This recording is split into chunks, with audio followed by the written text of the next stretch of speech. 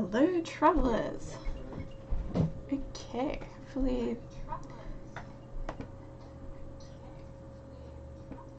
I can get this working.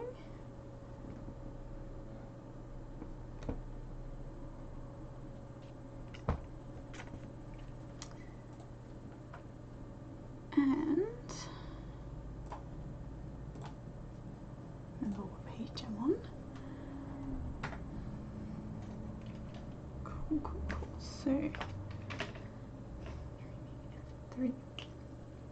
So I am on World Ember again today, and I am looking at, it's not really a city, it's above a city in my world. So I have the Council of Turian, and they have essentially live in the clouds. So the middle, there's a map. In the middle of the map there is Mid-City, which is populated by humans.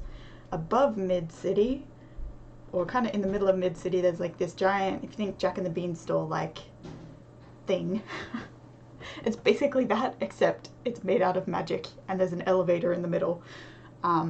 Because humans don't have magic, they instead created the elevator section that actually lifts you up and down out of like technology and stuff, which over the many years has changed from like a pulley system into now it's like a fully automated elevator similar to what we know.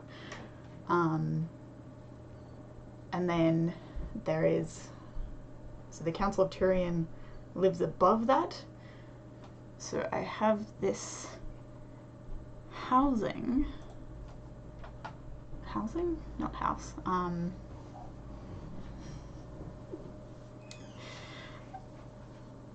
this article about, oh yes, here's my cat. Oh, thank you, Sable. Hello. Here's my kitty. She is a fluffy. She's very liquidy.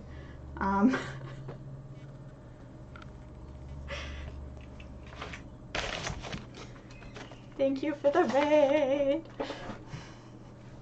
Yes, my cat's name is Shibby. She is 19 and she's a permanent kitten. We call her our eternal kitten. Yes. So, working on not this article, what will be attached to this article. So yes, the elevator, which I have written there. Where's my, no, let's just make a new one, okay. Dashboard. Will be put under that article.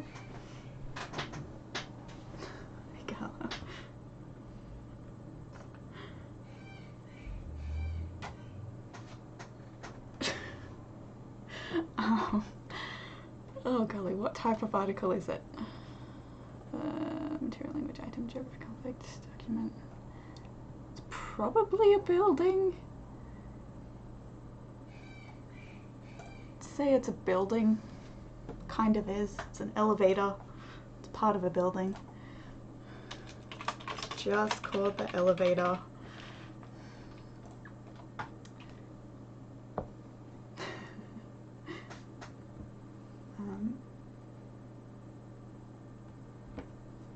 Oh, things are not working. Okay. Hubby, could you get my tablet thing that plugs into the wall charger? Got one. Thank you. Yes, master.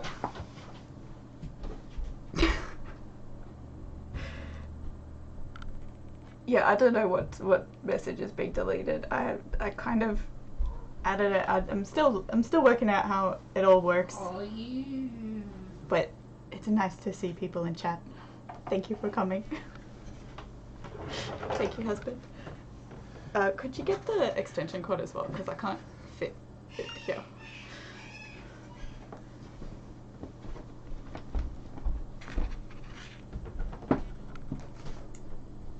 yeah, so I'm not sure how much I'm going to be able to write on this thing, but I'll probably end up drawing it later. Oh. Okay, I will see if I can work out how to change that probably later, Sable. Maybe. Sorry.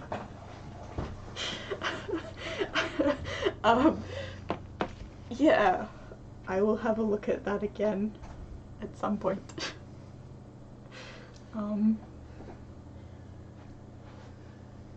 What?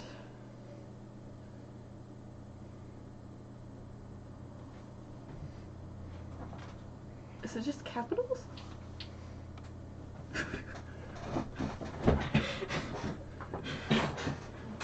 Whoop. Okay. Thank you, husband. Yeah, okay, so my elevator, like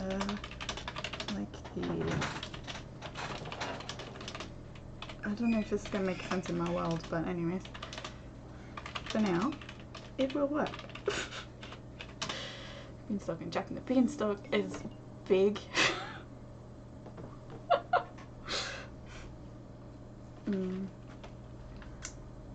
Oh, not the spam emotes. Okay. Oh. Hello, Elf King. Oh gosh. As soon as I want to start writing stuff, my descriptions just run away. Oh dear. Sorry, Siobhan. We'll make a note of this.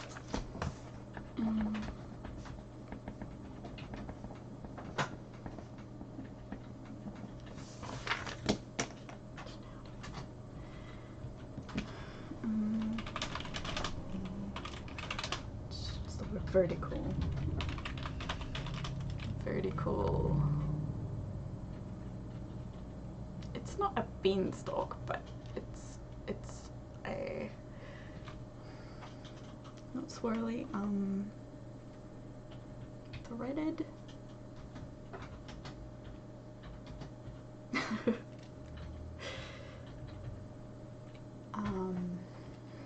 Just put threaded for now and I'll fix it later. Threaded, kind of plaited.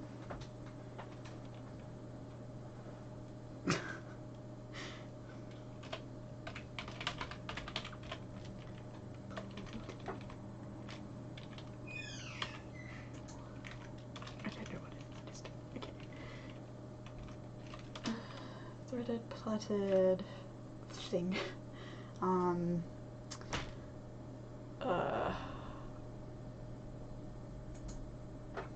Let's just call it a stalk. Stalk of condensed magical energy, and I don't know if it's energy or matter. Let's just keep it as condensed magic, and it could be either. Interwoven? Oh yeah, that is good. I like that. Is a large vertical stalk of condensed magic interwoven around a physical elevator that reaches, how high would it be? I imagine it very high, because it would be over the mountain, so probably if, at least a couple kilometers.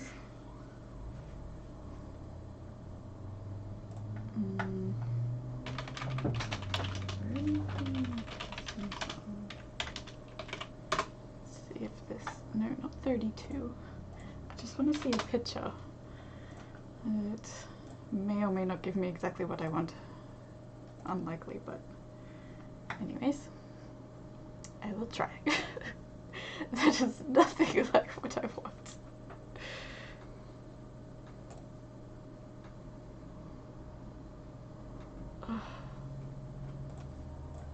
let's just assume it's 2 kilometers. Okay, enjoy a movie, Eli.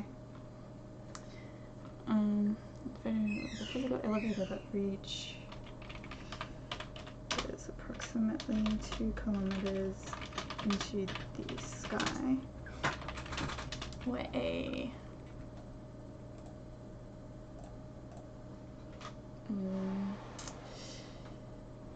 platform. It's not exactly a floating island, it's kind of maybe a man-made floating island.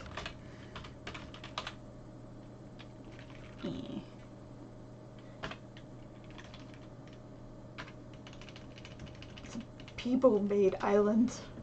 They're not exactly human, but anyways, man-made floating island. I don't know if floating island is right, but moving on. Oh yeah, Siobhan, this is only my second stream, so that would be why. Oh yeah, I have my little bat. Yeah. Because I'm writing. So it's here. Yes, artificial. Brilliant. We're in an artificial floating island towards the Council of Turian's headquarters. Actually, I can add that. Oh god. I can write. Council of Turian.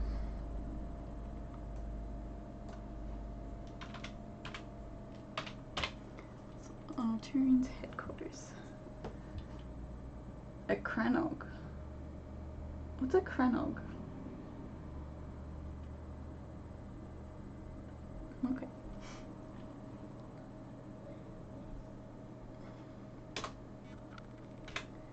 What kind of dates do we have? Data came. I'm horrific at remembering dates of all my stuff. It has a date somewhere. Because I remember writing about the person who made the elevator bit. Which is that in here? Elevator,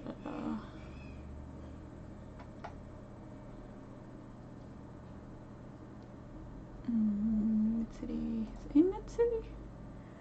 Nope.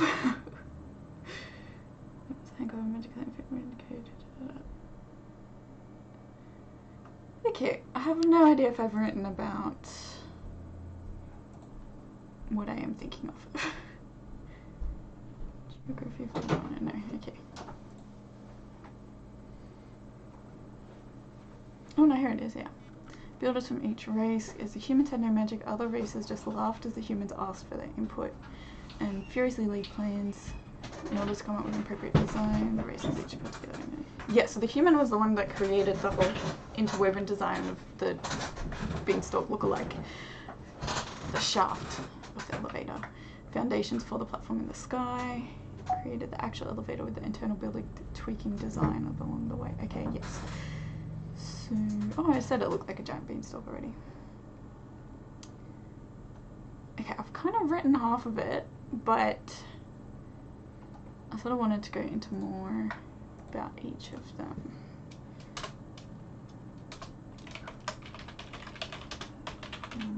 Date, I don't remember, but it was pretty early on. Was it before or after? I think it was founded soon after Turin was created. After the First Magic War, which means that... Where is my timeline? So I have a date for the war on the timeline, which is handy for me.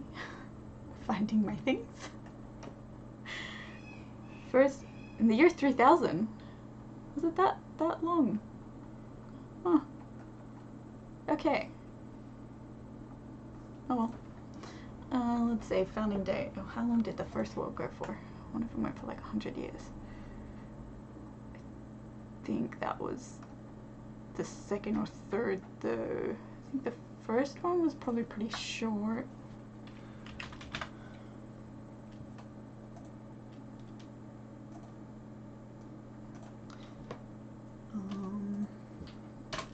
That actually will have a... I did a whole time thing with like 6 months, 2 months. Not 6 months, 2 months. What am I saying? There's a set of 6 because there's 6 major races. So we've got fairies, elves, mermaids, humans, beastkin, and nymphs. So there's 6 major races, and then all the, like, there's no sort of stars and sky in the sun because essentially the world's created between 2 magic discs, and then there's kind of like a sea serpent that spins around the whole thing. So that's how the world sits. So in terms of like festivals and everything for the year and times and everything, each day has 24 hours, but then there's only 6 days a week, 6 weeks a month, 6 months a year, and then 6. So there's still 100 years in a century, and then, but each century is named after one of the 6 major races, and so there's a cycle for, which is 600 years. Yep. I think that's right. 26 cycle. Yeah. Which means that, so 3020 divided by 6, no, that doesn't work. Yeah, divided by 6. Again, I forget how to, I have to find my paper and work it out. Is it heads or tails? What? I'm confused.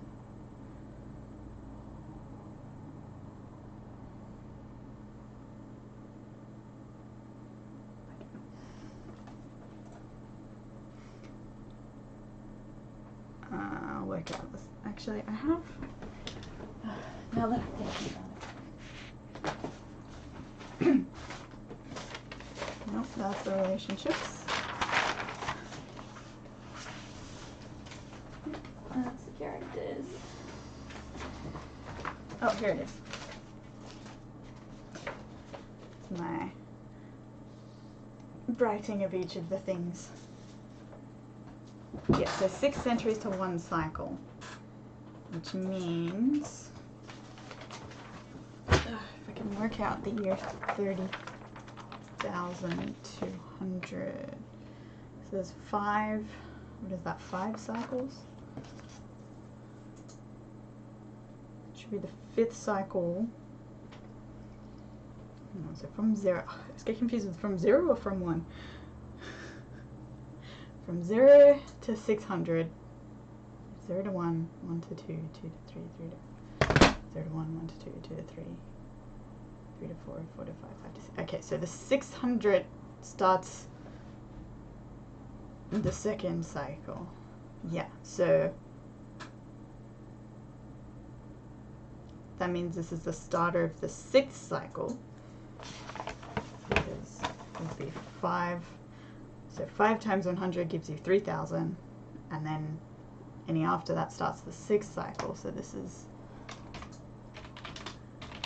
the 6th cycle, and it's the 20th year. So because it's within the first 100 years, it's the year of the fairy. So it's the 20th year of the fairy, because fairies come first in the list of races, which is kind of half their wars are about which list goes, who's the top and whatnot. But fairies are generally at the top because they often have, at the very least, elves fighting for them, because elves kind of see fairies as like same significance as we might see angels in terms of, I guess, closeness to Creator and being kind of mighty beings type thing. Like, they view fairies as almost above the things of the world. And so what that ends up meaning is that later on in time there's a bunch of fairy fanatics which kind of make things interesting for other stuff, like during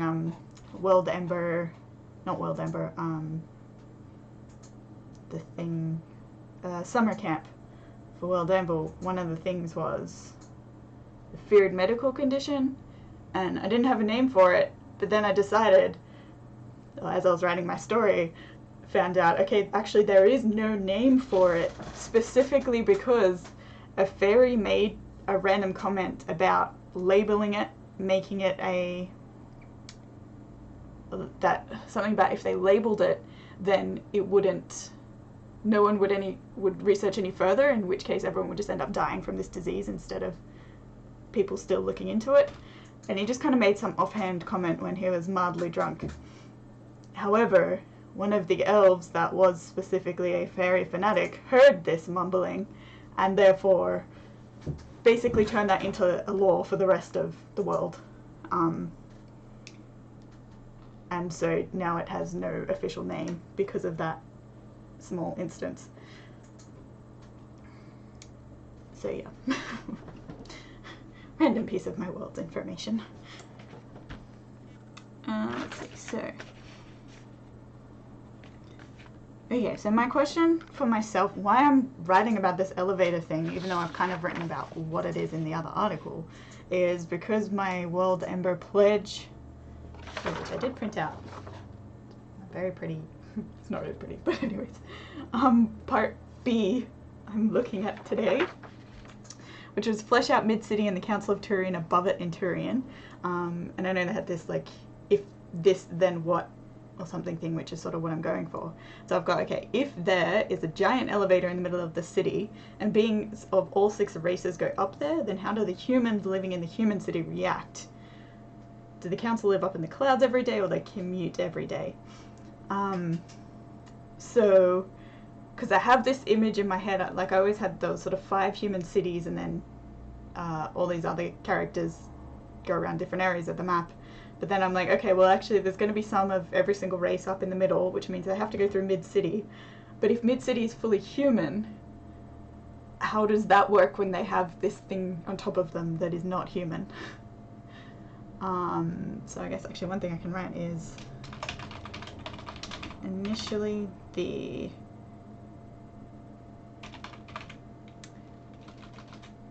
what is it called? The elevator and subsequent headquarters.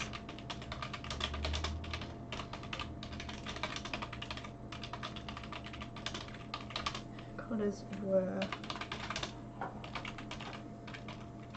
yeah, so in this case, the elevator and the council headquarters above the place were built before the city was built. So the city was built afterwards. And so it's kind of strange that it wasn't built for everyone, but it kind of makes sense as well. I'll get into that as I write. So initially they were built specifically to be in the center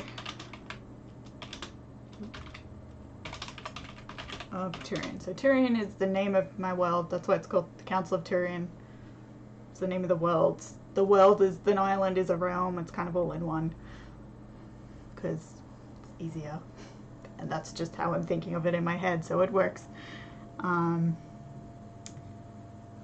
Turian, Council of Turian above it in Turian. So elevators that were built specifically to be in the center of Turian. And at that time, humans were... basically, most of the wars were all magic wars, and humans were... I guess they were probably a lot more, almost, not quite tribal, because they didn't make themselves places, but they would have different groups sitting under all the other races. These were split into various groups. It's underneath other races. I don't know if that's meant to be capitalized or not, but it is for now. Various groups always sit under other races. After the war,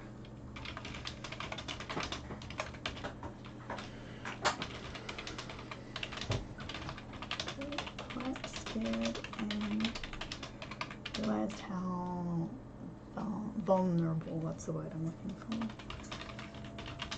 Realized how vulnerable they were. Yeah, that's scared, that's God. That's how vulnerable they really were in this world.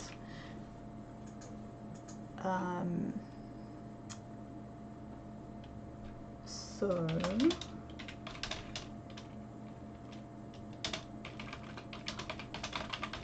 group of them started to build residences.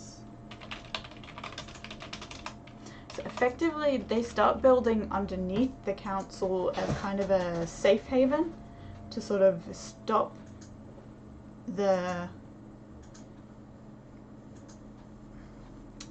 after effects, or just basically being like squished by all the other races.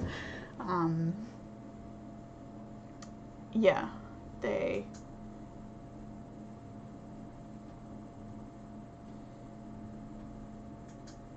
to try and sort of create a human safe haven where they didn't have to sit under some other races and do things for this other race, but that they could have a place of their own where they wouldn't just be bulldozed over, because the council would stop that from happening, because part of the council is sort of keeping the council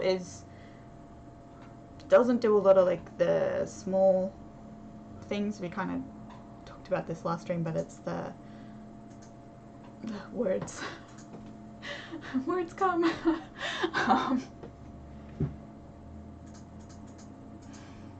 Each race has their own governing structure. The council doesn't interfere with that, but the council are kind of like the ends. They're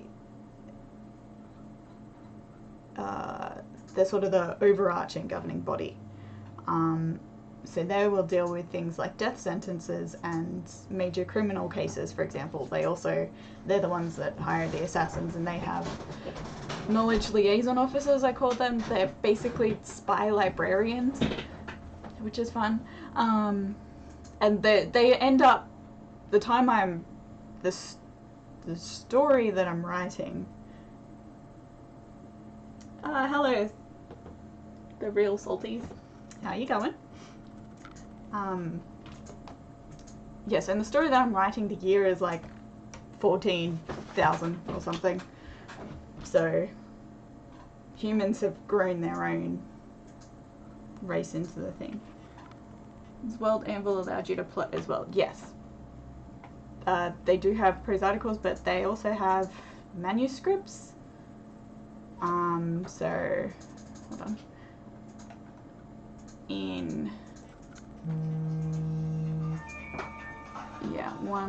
I have started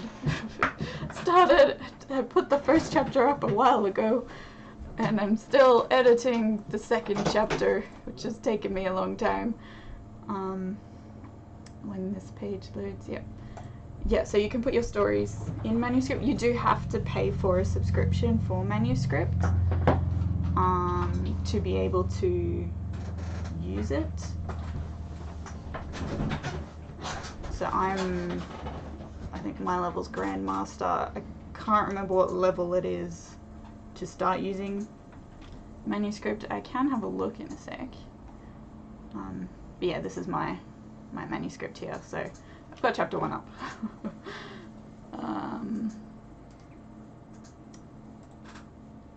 Let's see.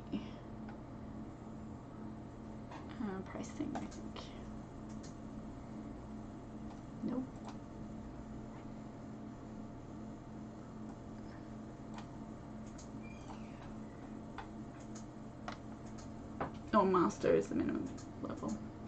How many levels are there again? So wait, no, that's me. Hold on. Okay, so freeman, journeyman, master, grandmaster. Okay, yeah, so that one then is the manuscript level. That's it. Advanced map features. Yeah, I'm still having fun working out all the different things slowly. Yeah, so manuscripts there. But it's pretty cool to be able to have this. So yeah. It's Australian dollars. I don't know how much that is in everyone else's dollars, but anyways. It's pretty fun. I'm enjoying it. It works for me, which is great. I'm going to start to build residences.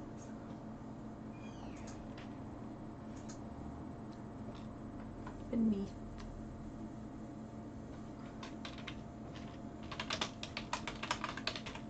The council headquarters. I think I'm going to have to probably do it after December. Change what I had in the council, the other page, and put some of it here. Some of this in the other one. But anyways, as long as I get all the information down, I can rearrange it later. Because I find I often have an idea, and I'm like, I put that down somewhere, and then find I may not have actually written that one line that I was thinking of later, or like it's written in some random back of some kind of a notebook, or at the end of like one of the for the words pages that I've written and scribbled it down as I'm thinking of something else, and totally forget about it for ages until I want it, and then I can't find it, and then I find it like a long time later. And so I'm trying to get better at actually putting stuff into my world anvil, because the having everything in one place and then the connecting everything is like brilliant. That's what I needed. And so as long as I put it in there, it works. Just like with that whole finding the year thing. It's great. Okay, humans are split into groups. So Griffin started to build residence beneath the council headquarters in order to keep themselves safe and at least somewhat protected. Yeah, so basically if some other race came in and basically killed everyone underneath, that lived underneath the council headquarters, the council would then see that as a basically attack on the council, which is basically an attack on their world, which means they would definitely step up to do something about that. Hence why the humans were like, okay, if we want to start just our own group as humans, this is the safest place to be. As much as there were probably groups of other races that promised safety and independence.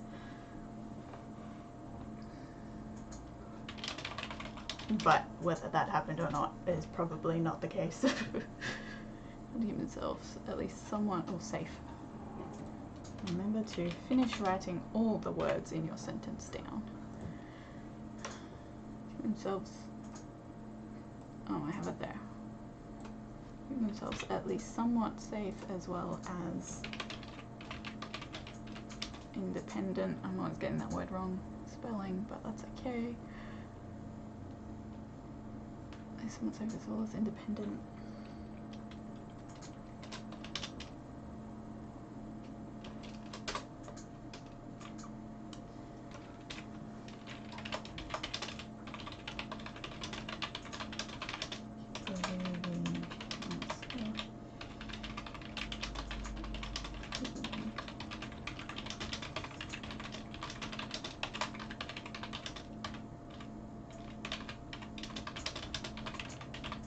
Really a threat, considered a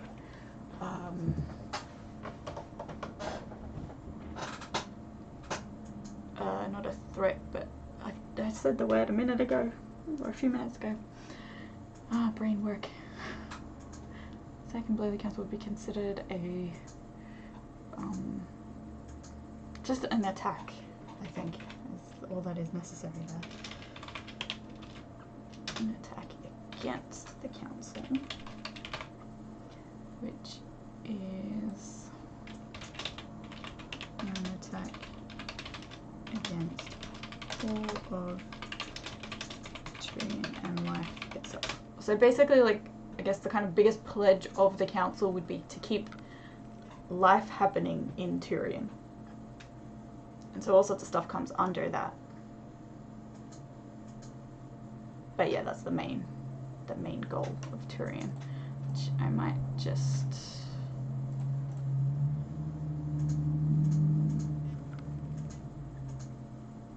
oh wait. Hold on.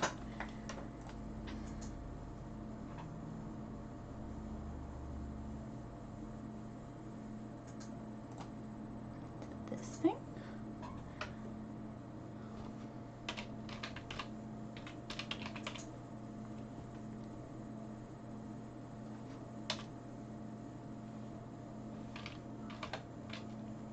Nope.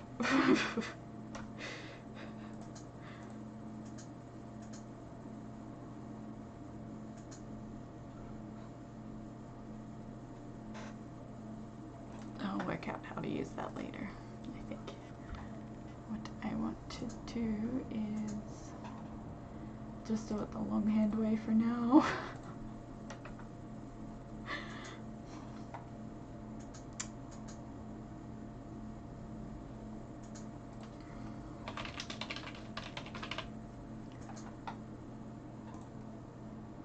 Edit.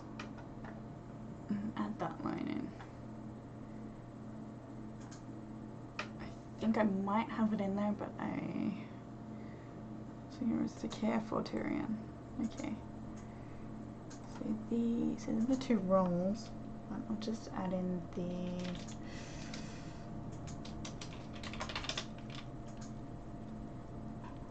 livelihood, the pledge. Let's just say the pledge of the Tyrion is to keep Tyrion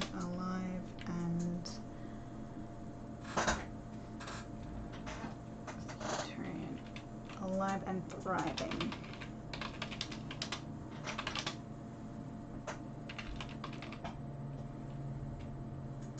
The environment and which they not always great at, but anyways. The environment and the 6 races.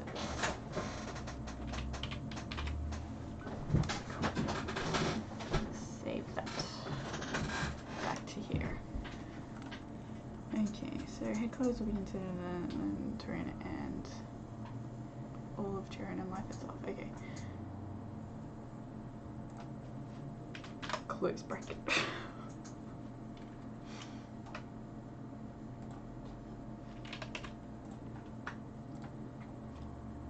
Yes, I spell in Australian, so some words just come out. You might get masters, yep. I mean, if you're using it now and you're enjoying it, it's definitely worth paying for the subscriptions. Yeah. Same with the council.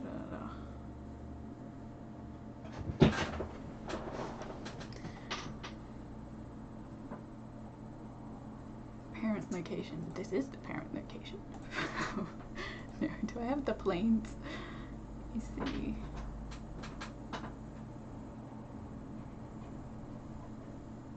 See, it's funny, like in my story now, Mid-City's like the largest human city, so it's quite massive, so it's almost like, yeah, Mid-City is a parent location, but it actually just started from the Council of Tyrion's location. So, okay, so growth of Mid-City.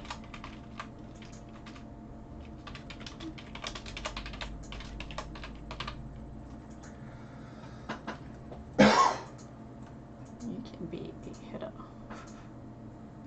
why not? I don't know if that worked, but oh well. Again. So humans over time grew their settlement into a city.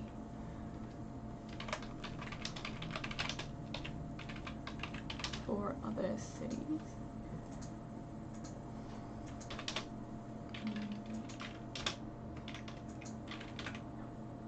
What? Oh no, what have I done?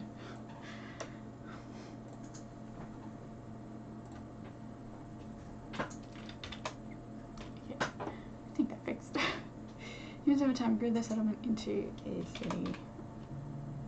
Yes, my naming for things is sometimes very generic, sometimes fun.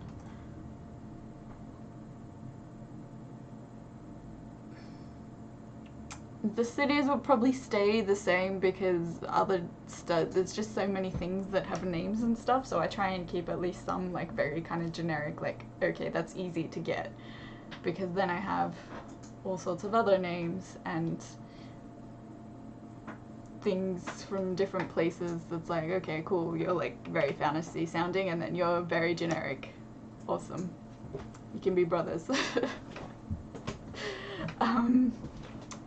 Things like that to try and not confuse people too much, or myself, which I tend to do regardless, so anyways.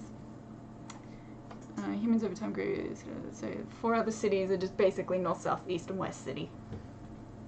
It also kind of makes sense if, in terms of naming, if the humans had kind of the generic names and all the other races had different names for their stuff, which has not come out yet, but because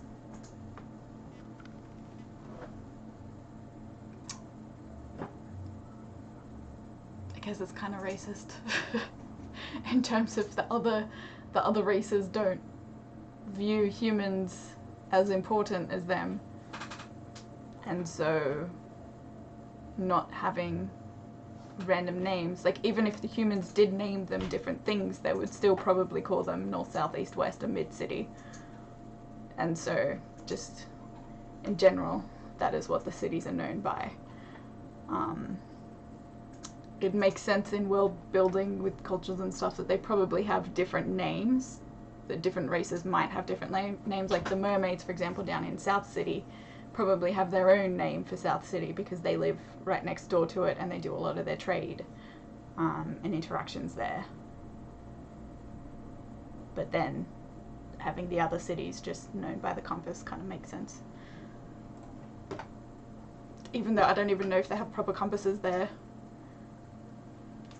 That's one of the, we know what compasses are, and so in my story they're there, but thinking about it, does it make sense? For other cities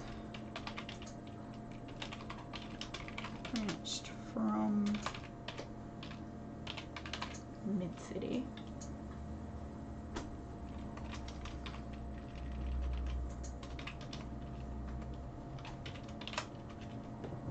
Cat, what are you doing?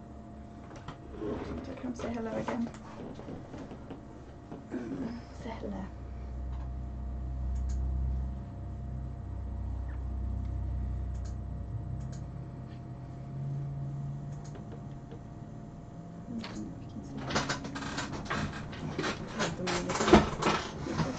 Okay. She's just kind of standing here. You can see her tail. She'd be, what's she, oh, no, you have too many things, just sit here. Okay, she's purring. She loves attention. She loves getting squished. She's a bit of a strange cat, but she's a good cat in the end. Most of the time. Except when you're like, don't touch that thing, and she's like, tries to somersault on top of it.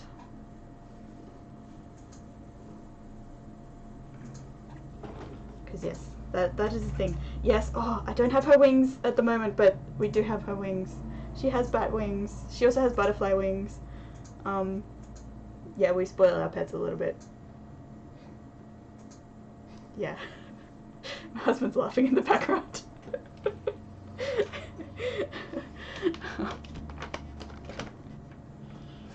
Yes. Okay, actually, Shibi, I need to see the computer.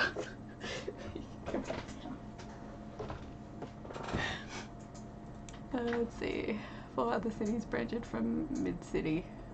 Yeah, I'll put them down. 4 other human cities? Yeah. So this is kind of like,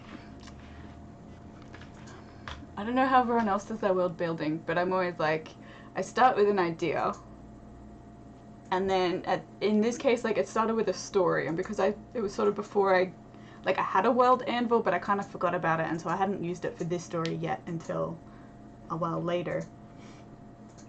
So how I end up writing is, I'm also very much a pantser, so I just kind of start writing stuff, which is fun. And so I'll write stuff, and then I'll kind of come back and look at it. So I get to a point, and then I'm like, okay, now I need to know, how is the world created and how does it die? And then I go back to my story, and then like I'll sort of jump from random bits. So now it's like, okay, I have like the first kind of equivalent to the first book of my story is in a draft form, which I have to change a lot of it, but anyways, I at least had a draft. And so I got the first chapter published on here, and now I'm like looking at the world building stuff and going, oh, half of this kind of doesn't make sense. And then it's like, okay, do I change my story? Or do I change the rest of the world to make this part of my story make sense? But if I have, like, because I'm very visual, and also with synesthesia sometimes helps, or just kind of like keeps that not wanting to move the visual picture, I'm like, oh, okay, how does this make sense? Which then is sometimes fun, because instead of going, oh, I need to just change anything in my story, it's like, okay, well, how could it make sense? What other parts of the world then come into play? And then you kind of spiral off into all sorts of things. But yeah. So yes, Real Salties. Having trouble with writing your own book. You have an idea of the main character that looks for his dad, because he went missing. And the ending is he meets a guy with a mask. In the next book, it starts off revealing who he is, and turns out it's his dad. Yeah. So yeah, I'm very much like always getting distracted by, okay, am I writing my actual, drafting my stuff, or am I writing about this random thing over here? Which probably will end up coming to my story, because then it changes how my story is going to change, so it's fun. But yeah, so when you say you haven't tried writing your book, is that like, I don't know, I just think there's so many things that could be like, as in actually getting the words down, or trying to work out more of your story. I think it also depends how you write. Like as I said, for me, I'm a pantser, so I kind of just have to sometimes just put in brackets, okay, I want this thing to happen here, move on to the next bit, and just write. Like for me, I just have to sit there, get a pen or a keyboard, and just start typing, and I'll work it out. But I know for other people that doesn't work. So ideas on how to get there, as in from your first book to from the idea to the, like, branching it out into 2 full stories. Am I making sense?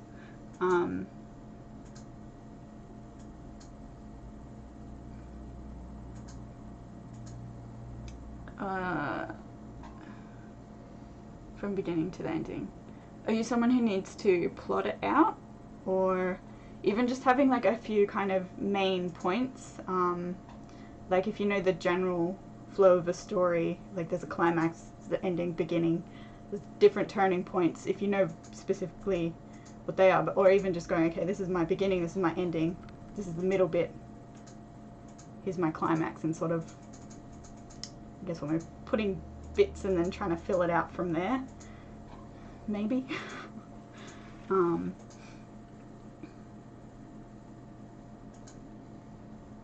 Yeah, like I know for World Ember they started us off with, if this then what, talking. So it's like, okay, then you have the main character looking for his dad.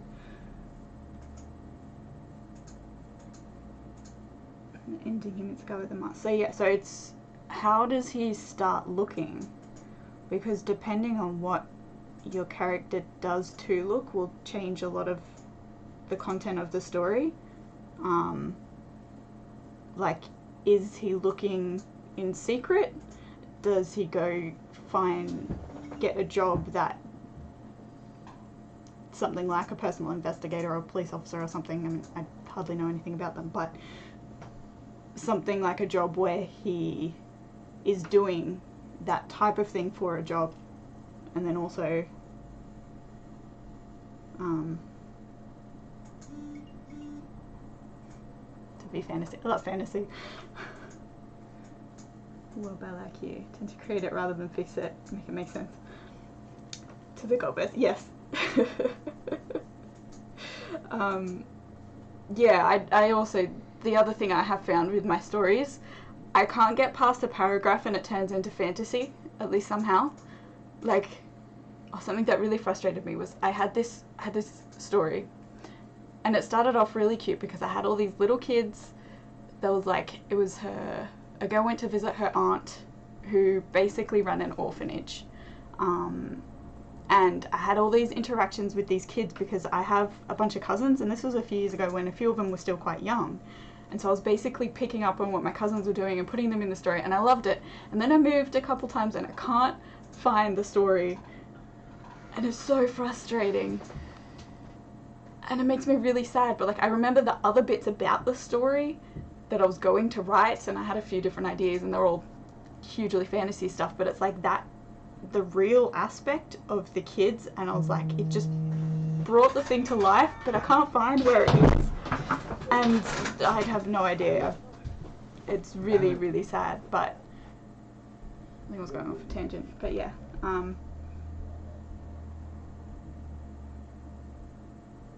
Where there is a shadow legion. So you want it to be fantasy where there are these shadow legion. Yeah. So Real Salties, is your main character going to be part of like the fantasy side of things, or are they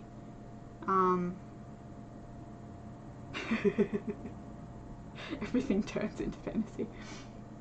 Yeah. That was like, although I had these kids running around for my story and they were super cute, it was like the main character, she started off as just, she started off as just going to visit her aunt and bringing her a fridge, which was the first thought. But then, after I start writing, it's like, okay, no, actually, so she's not actually blood related. Her mother was from this other realm that then picked her dad to raise her up until her 16th birthday or something, and then there was going to be this whole world, kind of in the background of the world, this story of this world war, and she was going to be the one that kind of brought to light this dark organization, but at the same time trying to keep it from all these kids that she fell in love with. And yeah, that's sort of as far as I got because I lost the thing. But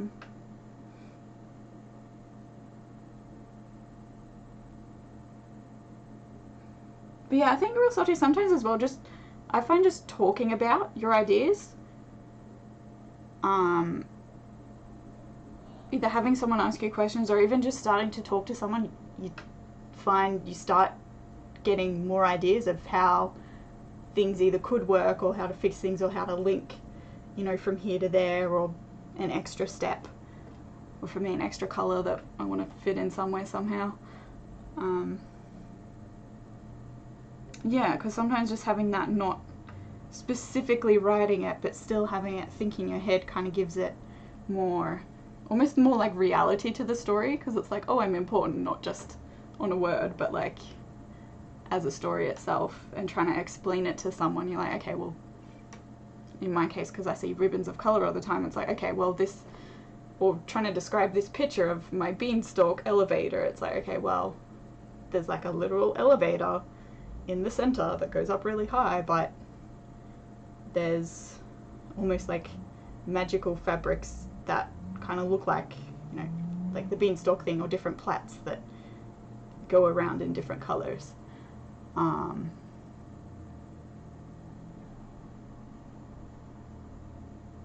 Okay, that one actually doesn't have much to add, but yeah, even before, like where Siobhan was giving me a few words like interwoven, and the other word artificial, that's like, yes, that's a word I need, but I forget. Like I just couldn't think of it at the time. To, yeah, as I was saying, when you're writing your stories, and like I imagine Sable has done a lot with, especially with the Gotverse, just talking with everyone, because it's more than just one person in that case creating the Gotverse, which is super fun to hear and listen about.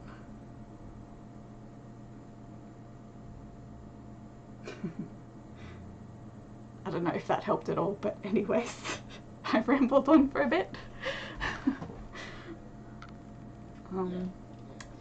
Yeah. It's nice having people you can ramble on about your stories too.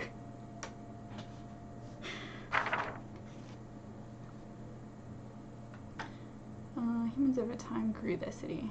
I'm not sure.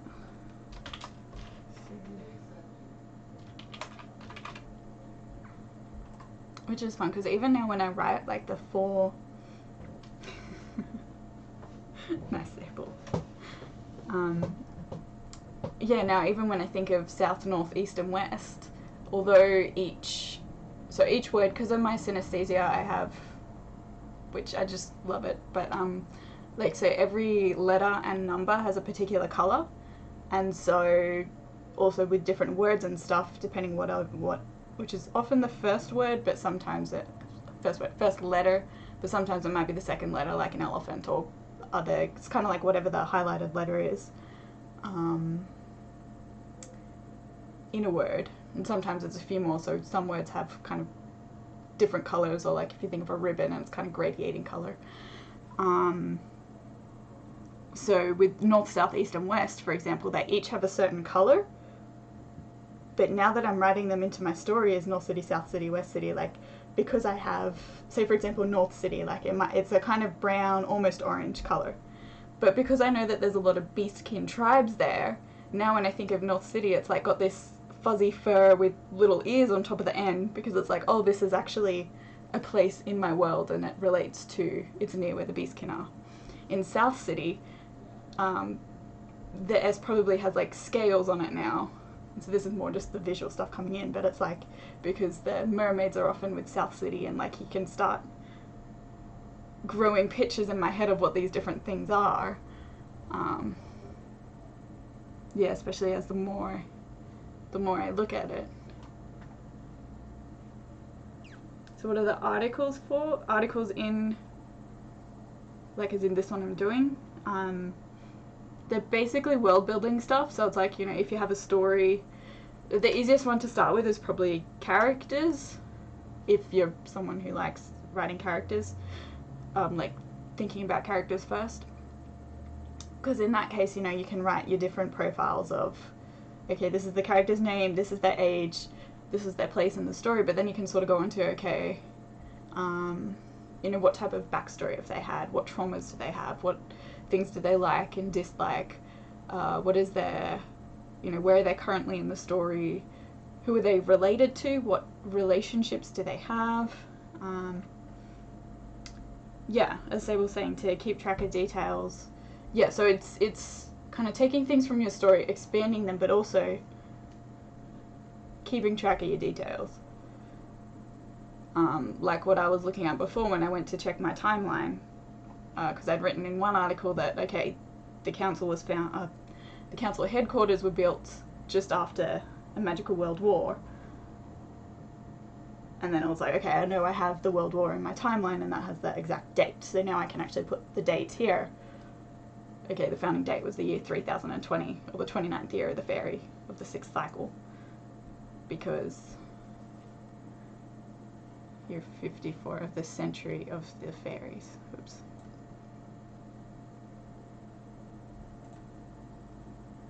And this thing here is great because it reminds me how I wrote my dates. Yeah, remember your particular character has green eyes, not blue eyes, that they're right-handed.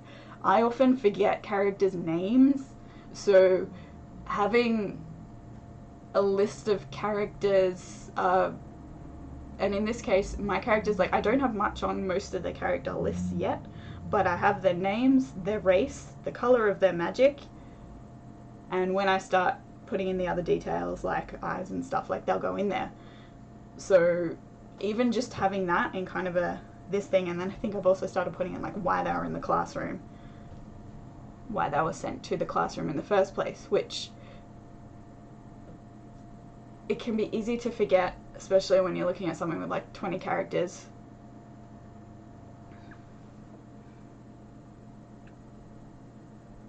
Yeah, Sable's saying, unless you remember what happens in the Battle of Willinter's Rings, what the responsibilities of the lieutenant are in your space navy, the gunslinger's horse name is, yeah. So it's keeping track of all those bits of either important or random bits of information that you're going to reference again. It helps put you in a place. Put you in a place? Putting them in a place so you can find it again. So you can keep your story flowing with as much, what's the word? Continuity.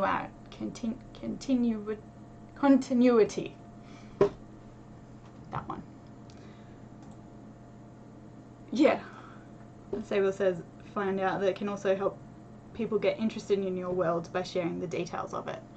And yeah, because there's not many places like World Anvil, I think that there's that extra effect of like, ooh, it's kind of like a secret. Like a secret not in the fact that people can't know, but in the fact that not many people do know. And so yeah, having the World Anvil stuff, I mean, I sort of come from not knowing that there would, it sounds weird, like I knew there were writing communities, but it's like I sort of didn't at the same time. It's like almost like I didn't let myself know until I allowed myself to write. Even though it already was, like, it's a really weird thing, but yeah, it's like being part of World Anvil and people on Twitch, it's like, oh, there's all these other writers that do things together. Although they're writing their own worlds, it's like, no, we can still encourage each other and have fun together and get more excited about writing our own worlds, which is super fun.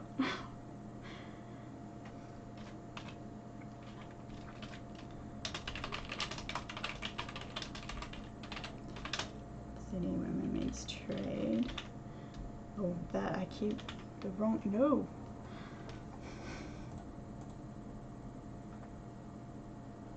What have I done?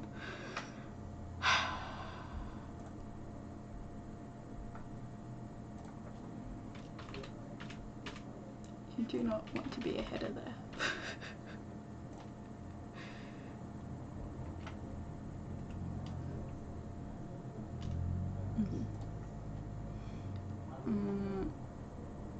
City's branch from Mid-City, where mermaids trade. Shift to North City. North City. I start writing and then I start going into like almost poemy prose. I don't know how to describe it. Then I go in and out of it and I look back at it, I'm like, that doesn't make any sense. What are you doing? North City where mermaids trade. North City where Beast King play.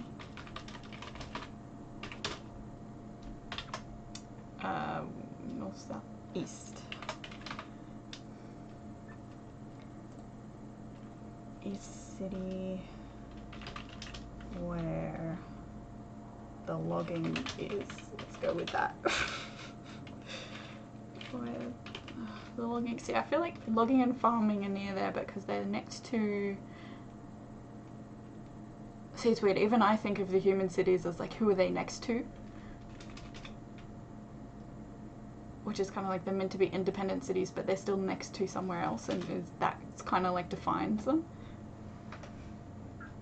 What does ethnicity mean? Oh, golly, this is something I keep getting confused out all the time. I think ethnicity, let me just,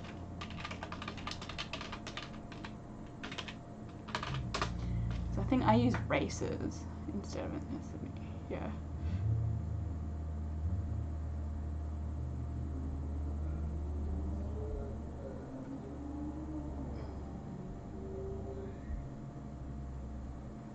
I always get confused with race and race and ethnicity.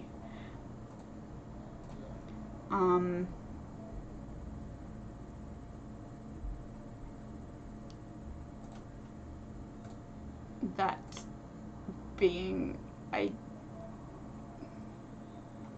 think I used, what did I use for my races? Oh no, oh no.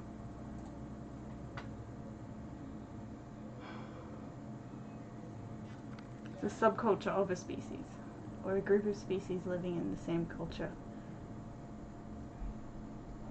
Okay, yeah, that still confuses me, to be honest. I'm like, I can't like quickly visualize it.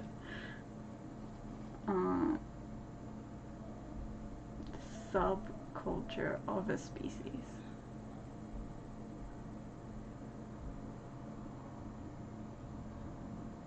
Okay, yeah, kinda. I guess, yeah.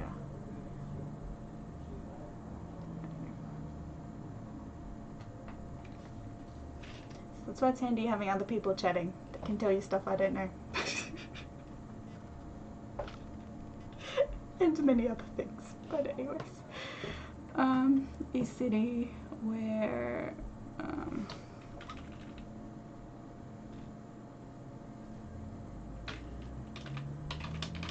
next to the Great Forest. What is near the Great Forest? Closest to?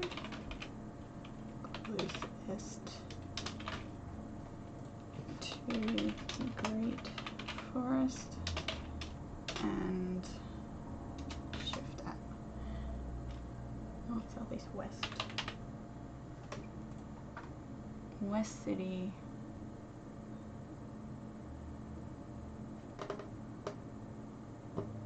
It's the underground.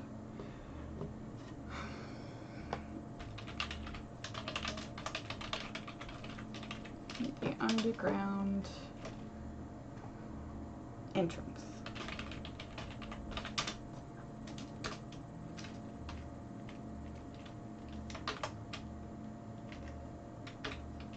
Close bracket.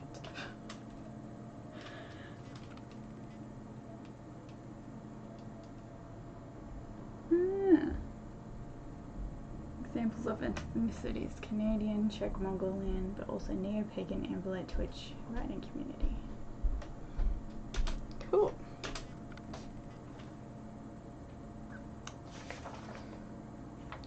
Okay, so what am I doing? Growth mid-cities. So humans over time grew the thing into a city. So,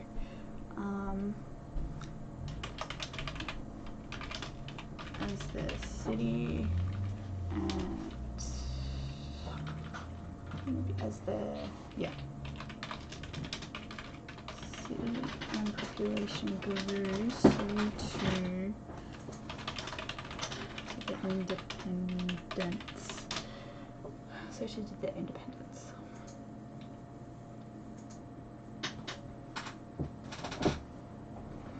What am I going for here? So she did their independence and reliance on the council.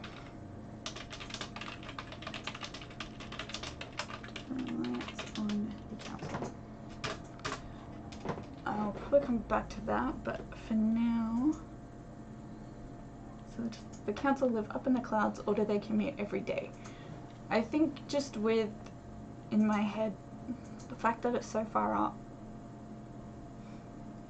and I keep finding I have issues with distances in my worlds and stuff, so they're just gonna live in the council effectively, but they don't, or they will have living quarters within the headquarters, which is probably more like a castle or something, but a flat castle? I don't know if that makes sense. Anyways, that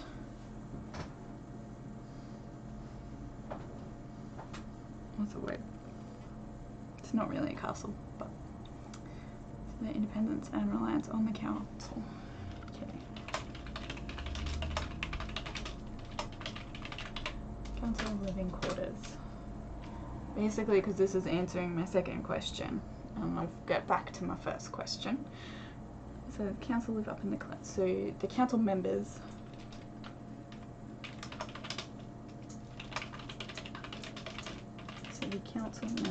and other staff, or do the other staff live up there, or do they live?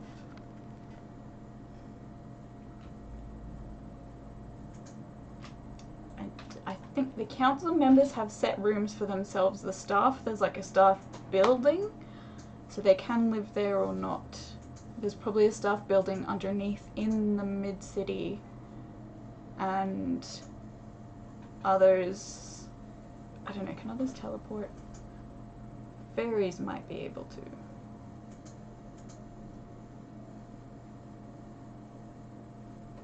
But there's not that many fairies that like being around. Although if they could teleport, they probably would rather sleep in their own tree than live in a cloud city. Although their magic is kind of to do with the air, so they could live there. Anyways, so the council members, one of each race, major race, because the elves kind of split in two. So you have the forest elves and the dark elves, and so things like their skin color, and one of the main color magic is brown, but the forest elves also have white. The dark elves have black. It's kind of highlighting that, but their magic's all to do with the ground. So they're pretty similar. Humans and dwarfs are both actually human, but dwarfs there was a split a bunch of years, about 1,500 years after the council headquarters were built. They set up, basically ate some magic moss. The short story is they ate some magic moss, gained magical sight, and now live underground. The actual story is a bit more complicated, but effectively that's that. So now there's dwarves and humans, both under the human major race, but they're sort of split. And then nymphs, they've always been naiads and dryads, but they're all nymphs. Beastkin, there's so there's dragonkin, who are the ones who look over the top. There's wolfkin, rabbitkin, snakekin, frogkin,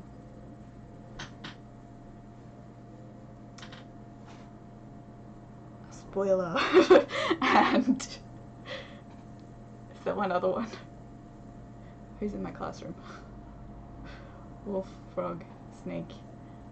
No, I think that's it. I think that was just 6. Yeah, the council members one. Then the other race is mermaids.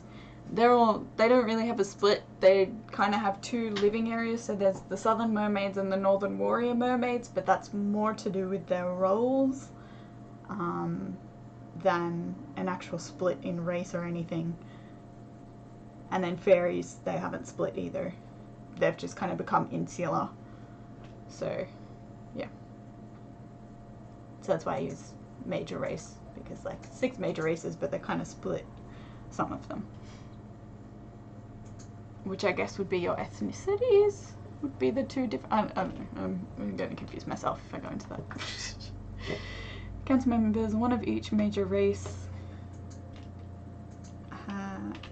each have a permanent living quarters in the... I need to like call it something. I'm just gonna leave it as council headquarters for now.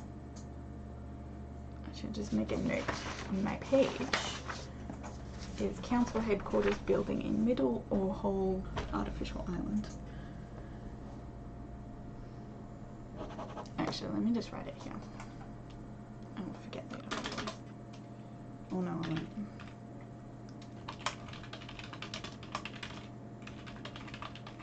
Wait, there's a thing for, hold on, preferences, secrets.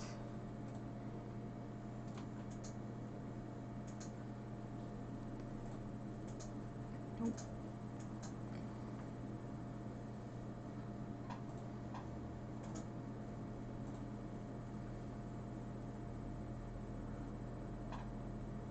Okay, I think I can type it there in seeds. I'll come back to it later.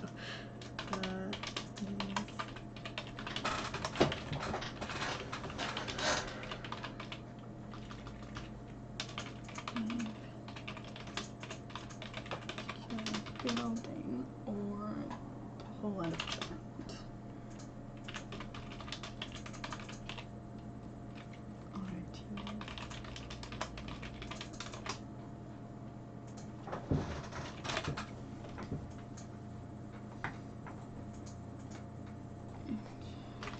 Permanent living quarters and council headquarters.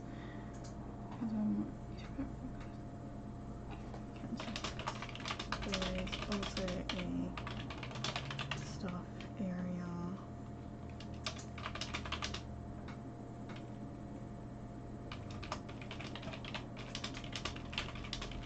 That's one below, and that's probably attached to the university, if not publicly, at least next to it, as well as one below. Mid-city next to the university. I am as yet unsure if there is only one university in the world, or if there's a few, or if there's like one in each city. Term Knight is an ethnicity. Cool. I'm thinking maybe there's kind of like one university, but there might be a couple of other tertiary education centers. But they're probably all linked to the university.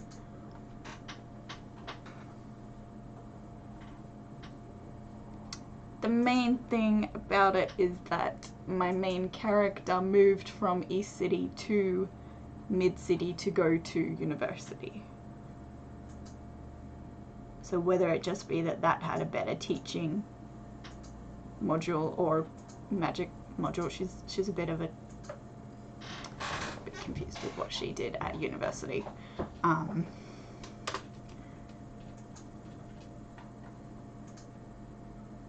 There's not much there, but more so, okay, so elevator use. Okay, what is it? If there's a giant elevator in the middle of the city and all 6 races, I go up there. Okay, yeah, so that was part of the first question. Because it's a human city, but being all 6 races live on the island. So if they live on the island, that doesn't necessarily mean that they're interacting with the humans. At least not on a daily basis. That's the non-human races.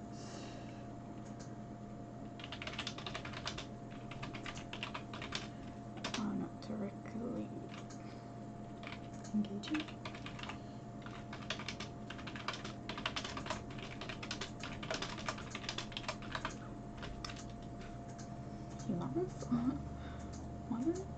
Humans of Mid-City on a regular basis.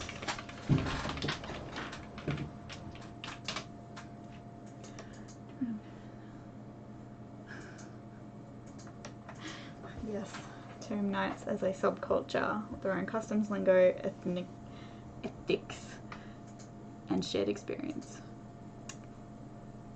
I have thoroughly enjoyed jumping in with such. I would not be streaming if I was not part of the Tomb Knights and Game of Tomes and everything. Like, I had, so before, what was it called? Conduit?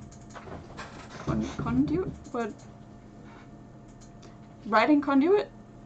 That conference on Twitch. Before that, I had considered doing a couple of things on YouTube to go with the story that I was writing.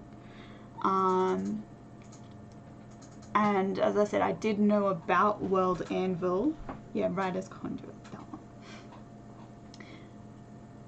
Yeah, so until Writer's Conduit, I did not, like, I had a Twitch for one of my game things, which is why my Twitch is Tasfo and everywhere else in my writing stuff is Tara Bell, because Tasfo's short for Tara Faye Bell. So Tara Faye. But yeah, anyway, so what's the word?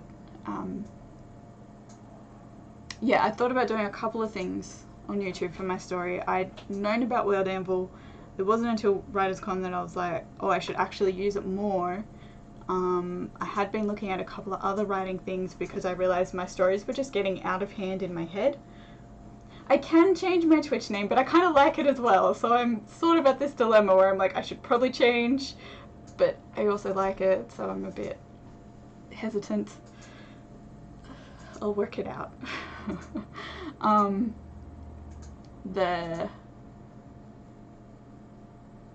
directly engaging. Yeah, so in Writer's Conduit, I was like, yes, I'm gonna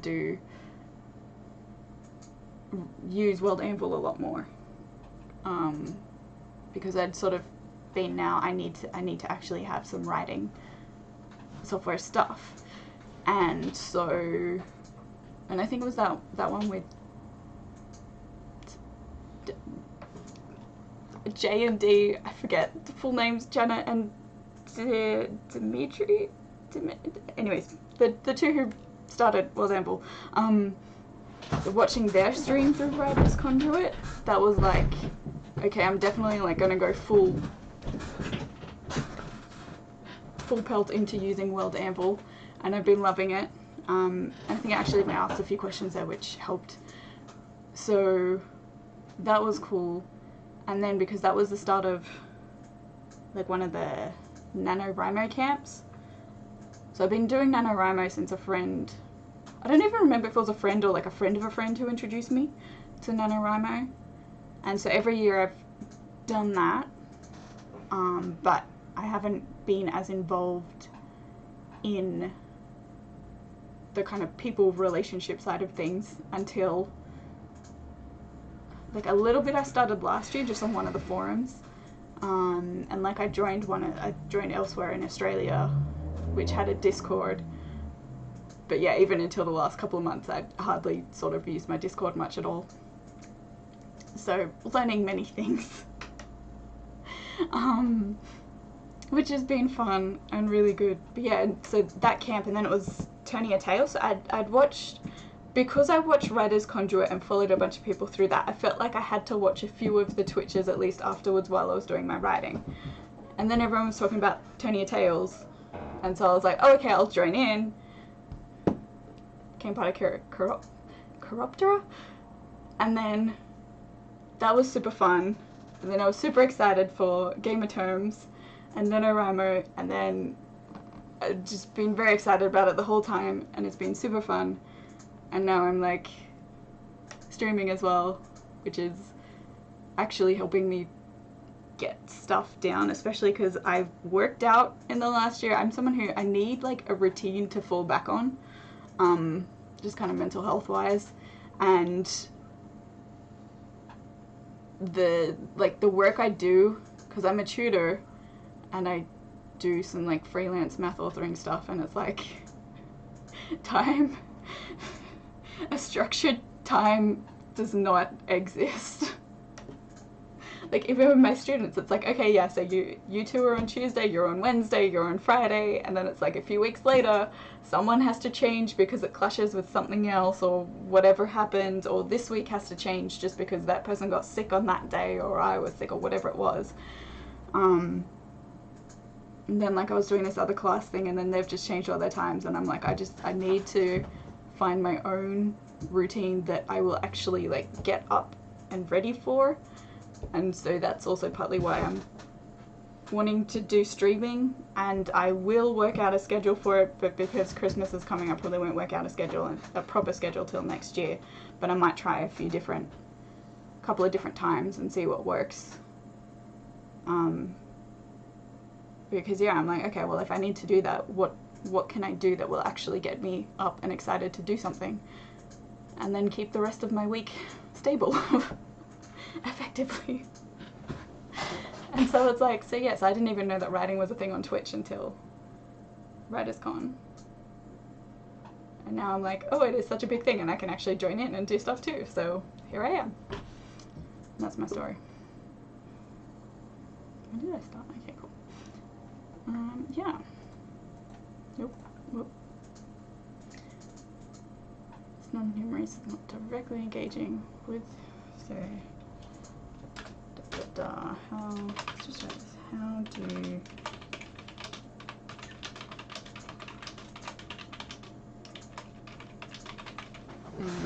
How do humans view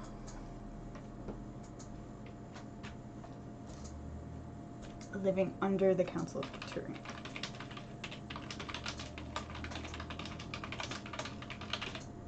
I think probably some of them find it an honor.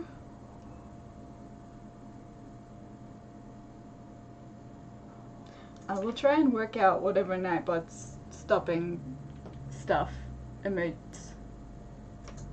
I'll do that after the stream, because I am not, if I try and do it in the middle. What? Why are there so many delete? Yeah, I'm sorry, Sable. I'm being timed out. Okay, yeah, I'm sorry, Sable. I'll have to work it out after the stream, because if I try and do it in the middle, I would just probably shut down something by accident. I have no idea what I'll end up doing, but I don't trust myself to fix it in the while streaming.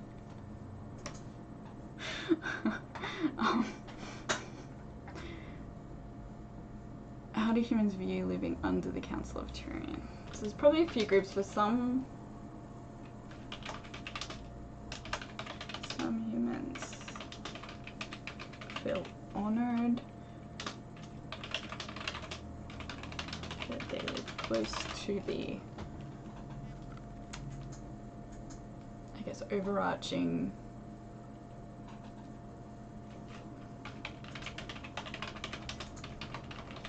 and governors of the world. Some feel safe.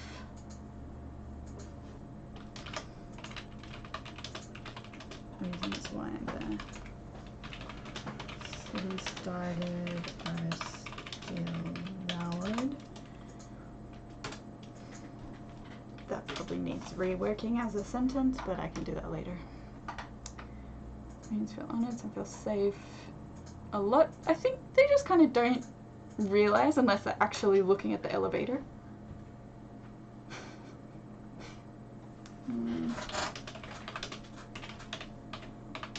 And because if the councils live in the city, and it's not like the elevator makes a lot of noise or anything, it's just kind of a normal elevator that's just really long.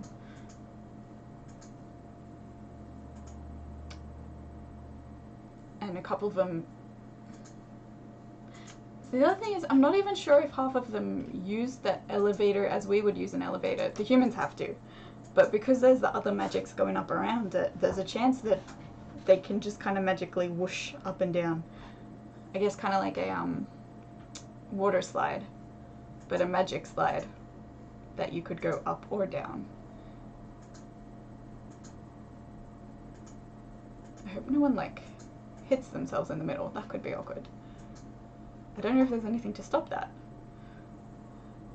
It could be big enough to fit 2 people go past though.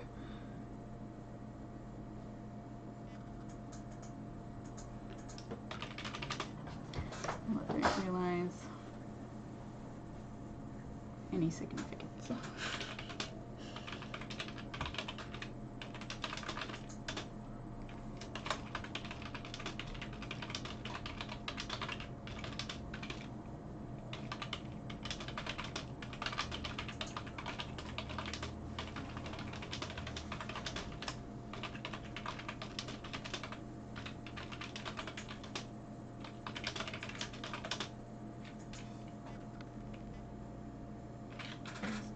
part of the view.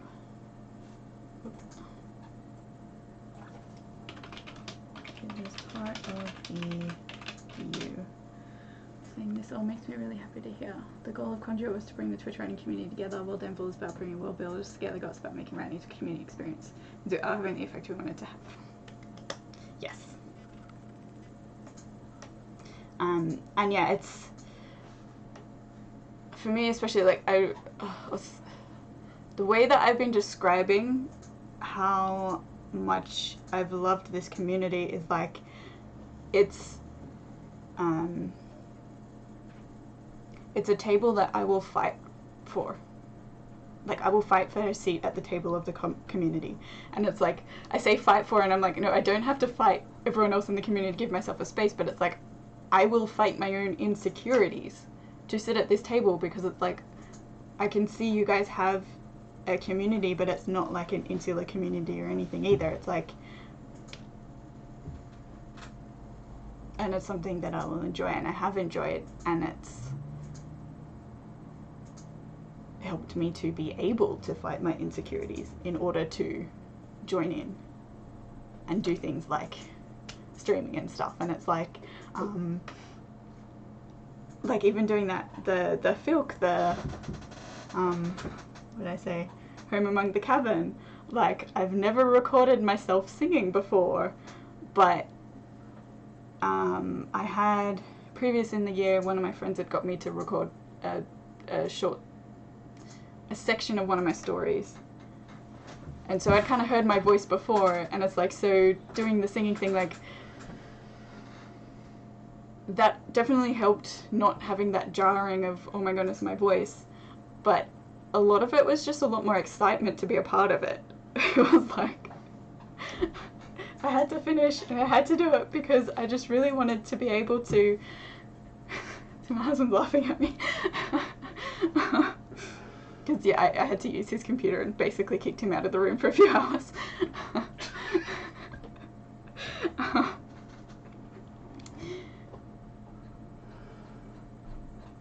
Yeah, it was exciting. And I was having fun, and it was like, I wasn't having fun just on my own, but I knew other people were having a lot of fun, and trying to sort of connect that together. I'm still working that out, but oh really? Thank you. I haven't seen the things you've uploaded today yet.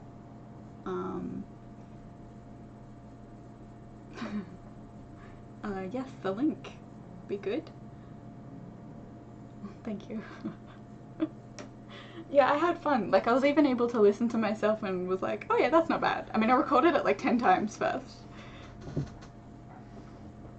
but I had more fun than worrying about stuff, which was really nice. It was really nice to have that.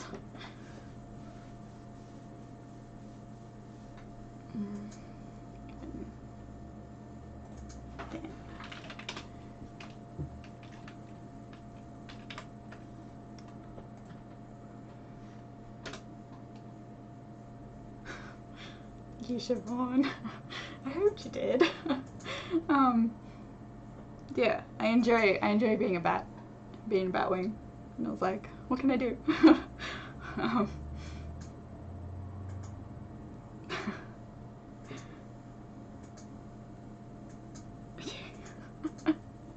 That's alright. That's fine. Oh, I can probably find it. I don't know if I want to put it up.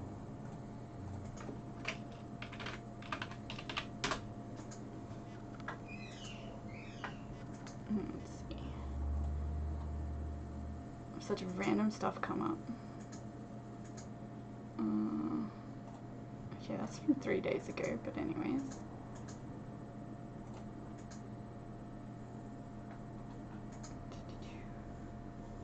So, oh yeah, there it is.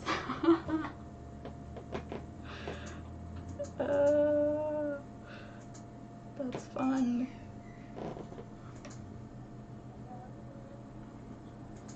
Okay, I don't think you can actually hear what's on my desktop, but anyways.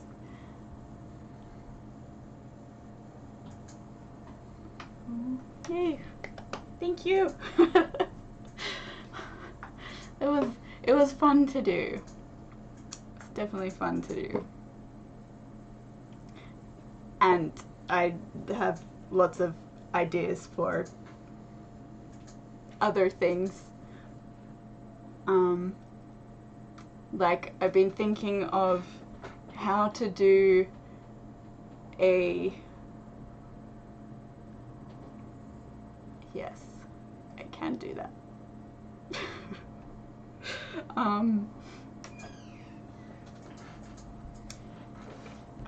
What's the word? A like come join Chiroptera filk, but it's just like in the idea of I'd like to do something. Whoop, no, I don't.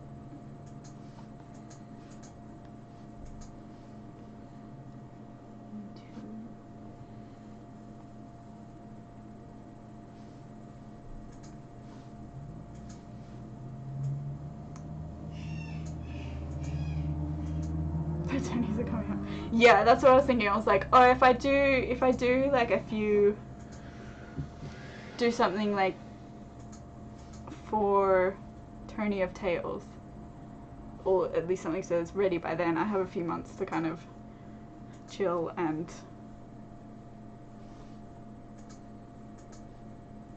increase my skills before then.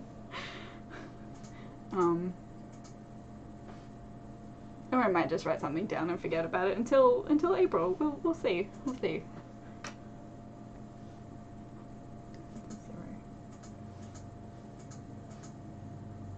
Okay, I think that's it.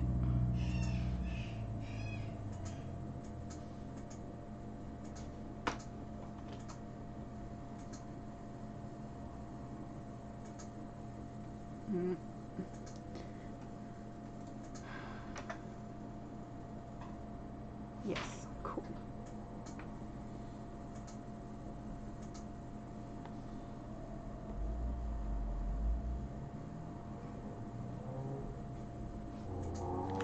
Cool. Anyways, so yeah, definitely excited for all the stuff that's happening next year, and like try every so often to read up on the GOT lore. I still haven't read through all of it yet, especially last year's stuff. I've kind of just briefed through some of it.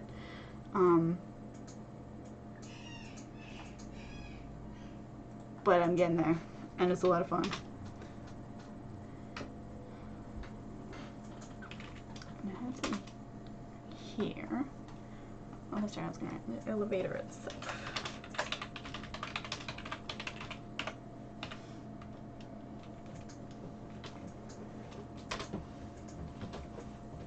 Oof. Legs move. Oops.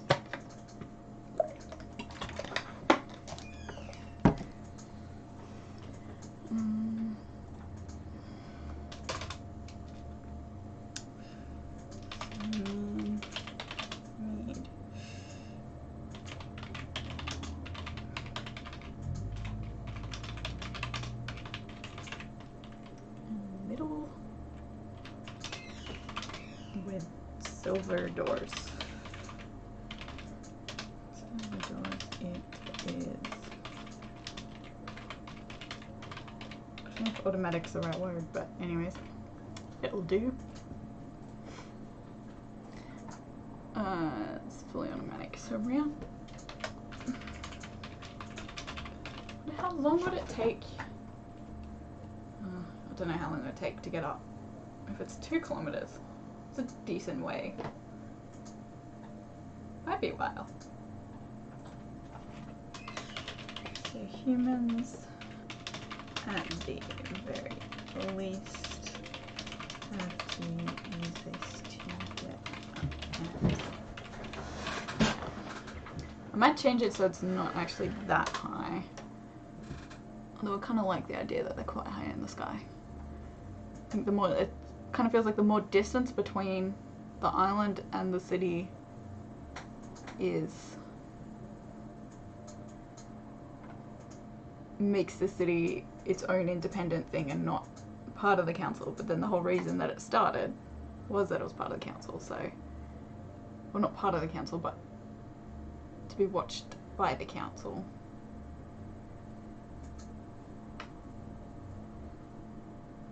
Oh well, I'll come back to that later. Princess Rayleigh's have to use this. Surrounding this, okay. Save.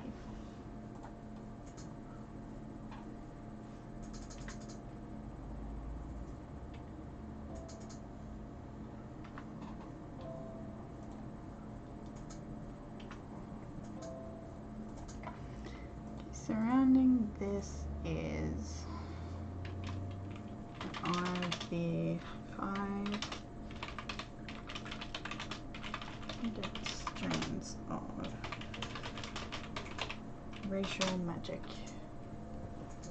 I've got the description in the other article, which I'll pull over later. Probably. Surrounding this 5 condensed strands of racial magic. Should make that word 5. These can also be used as elevators, as a kind of magical slide.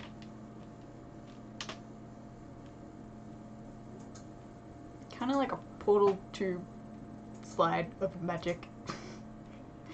It's a kind of magic slide that also allows those of the major race to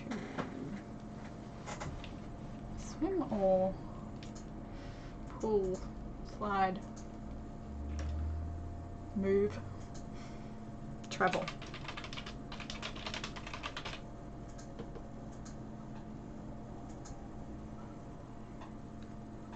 Travel up and down their racial magic color. Let me check the strand. Their racial magic strand. So probably if you're half.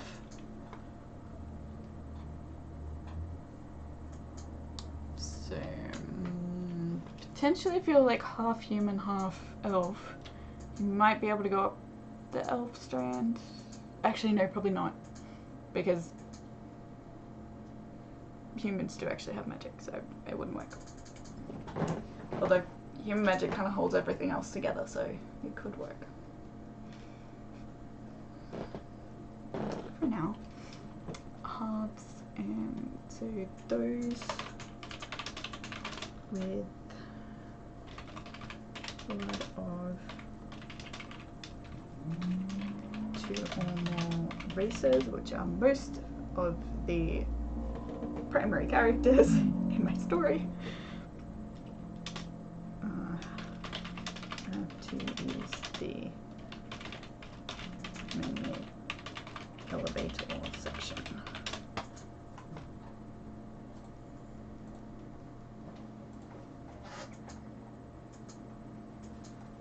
So that's kind of fun. That's something I didn't know about before today.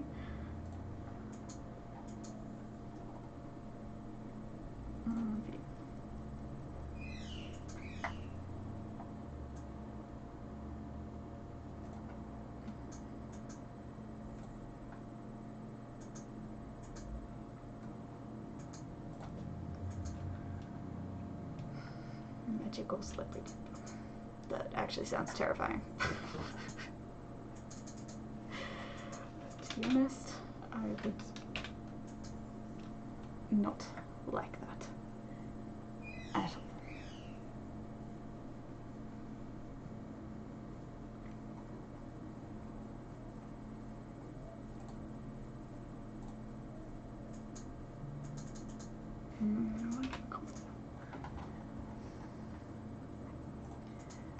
Save changes. Okay, it's 450.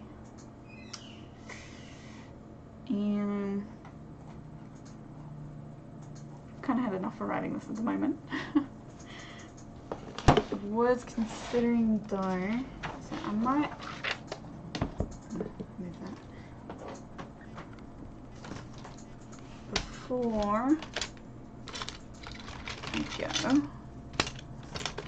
I may try to attempt drawing this thing. So I actually can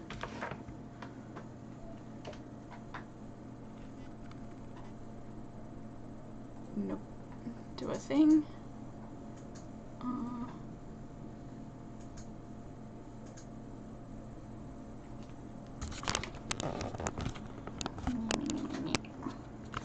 Okay. And what is this for? Yay, you can see me draw. Because that is a thing that I can do. Which is fun. Cool, cool, cool. Okay.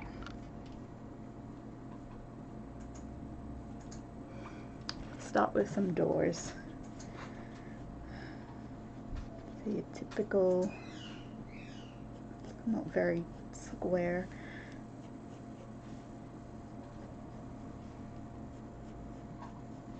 Two rectangle doors.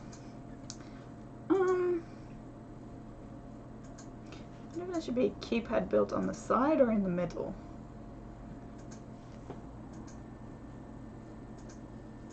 Maybe still have it on the side because it kind of gives it that fun, like, almost out of place. There actually wouldn't be many keys, to be honest. There's only 2 levels.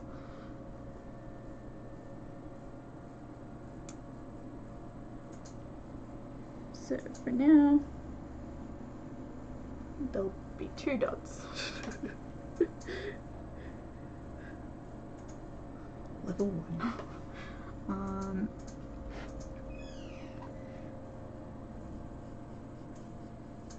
From here. Okay, what does my plat look like? Can I draw something like my plat with 5 layers? Let's try this. Okay, I want to.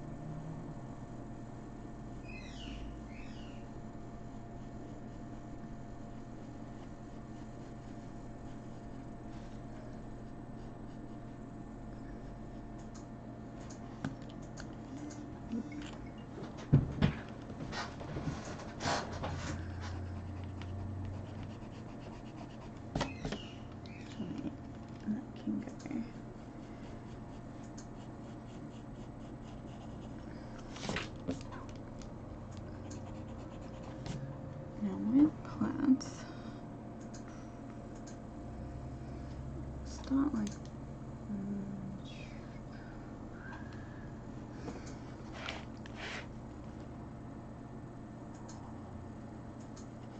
I might just have to draw like a few layers.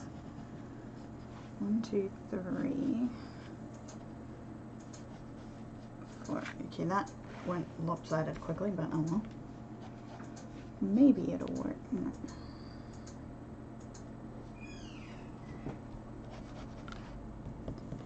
5.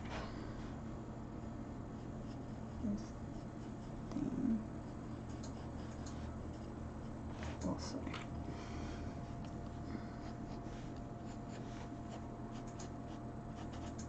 So if this one's always on top, hold on. Let's start with fairies.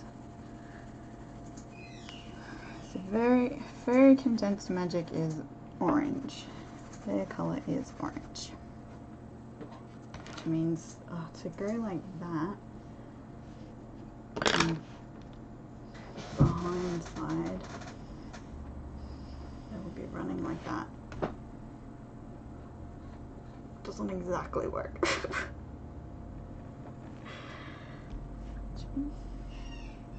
this.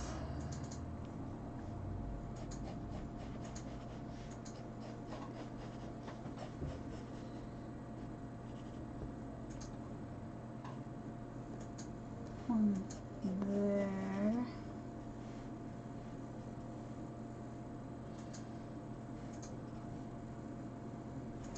Yeah, I have not drawn this well. Okay.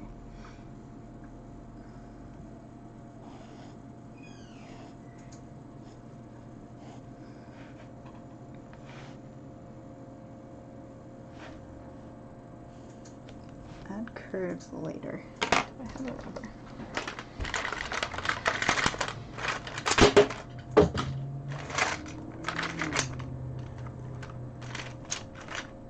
Not on me. Rubbers are in the stationery room. Okay. My sister is like the artist of the family, so although she's like super good at characters. I'm a lot better at drawing trees. So it'll take me a bit to work this out, but that's okay. So kind of that would curve around.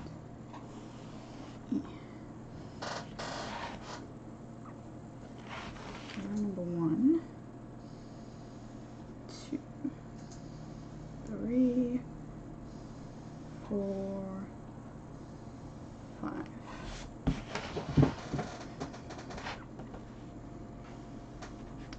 Which means again this one, orange, that orange.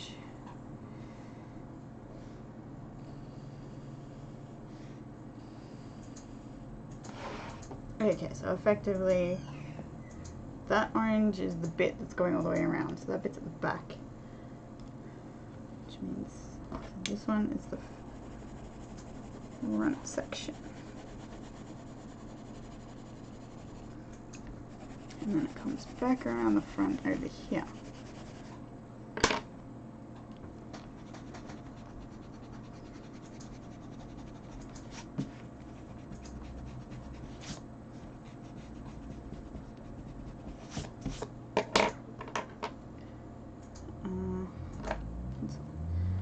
This one would be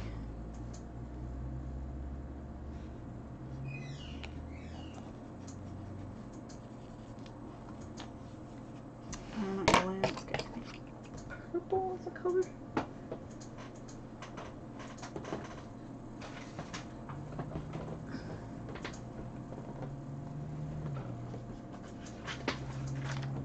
This is my first attempt at drawing the thing. But I think I got like confused as to how many chords there were, and I just went a bit lopsided. Okay. Oh, I actually write which colors are which condensed magic in the in World Anvil. So I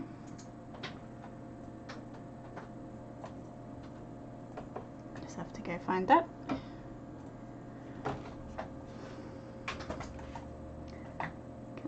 Turian. So orange is fairies, red is for beastkin. Oop. We got a red here. So red would start up there again.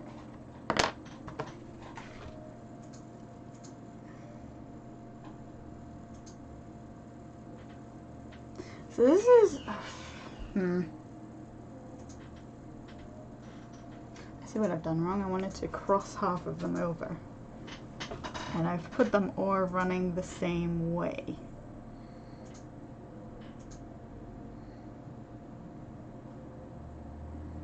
Which would mean, actually,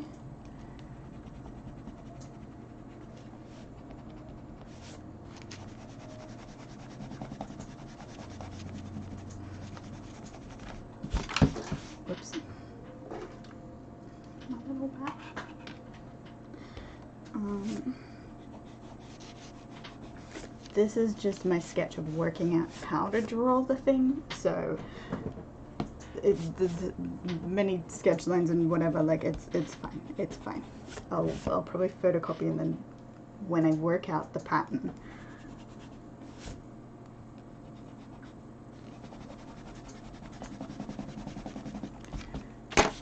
Okay, so those two. So 1, 2, and then 5 colors of bright red, orange, pink is nymphs.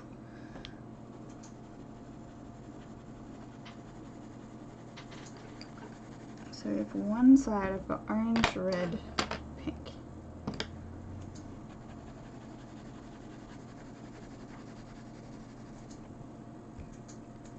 So then orange, red, pink.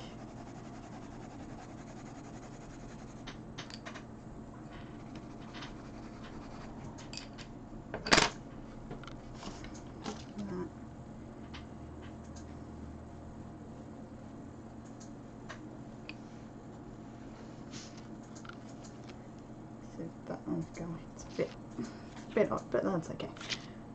So that's 3 colors, and then I want to mix the others to go opposite.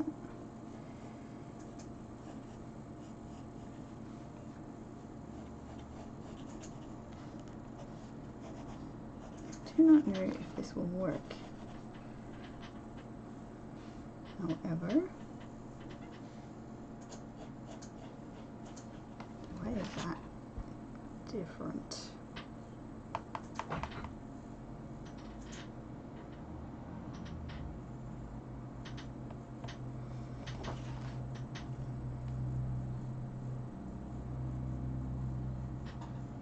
That's not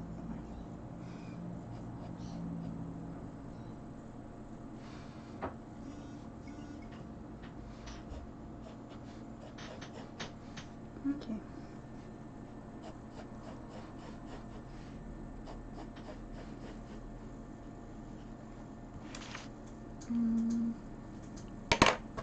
Come on, the two colors. So there's blue is mermaid and brown is elves. Okay. I keep thinking mermaids are purple, but they have purple just condensed as blue. Righto. This is blue. Kind of goes over the red, under the pink.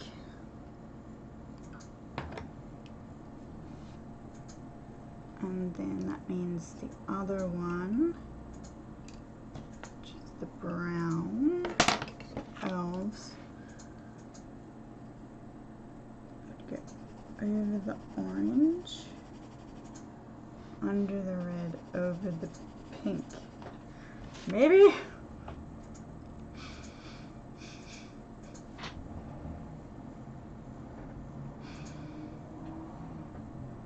It somehow don't think this is quite gonna work. I think I need to physically thingamathing.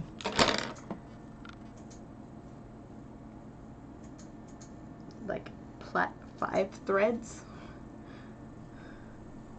I've got some cotton or something. I'll work something out later. Just draw some doors for now.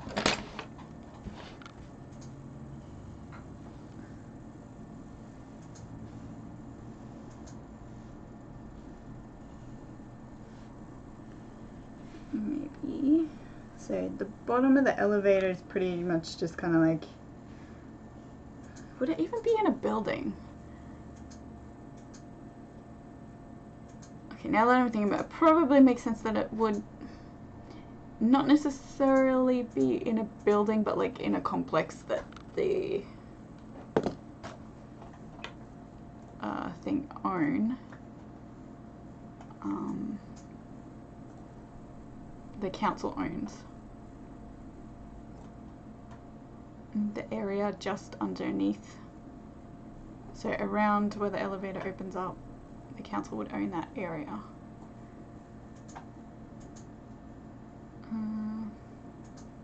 Which would be next to the university because of the knowledge liaison officers, and there would be a thing there as well.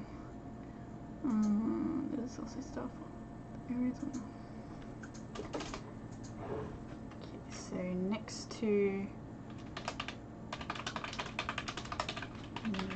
university as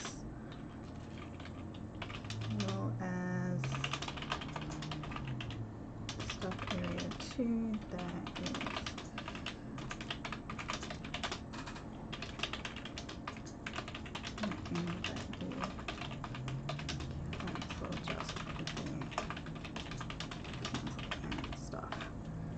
cool.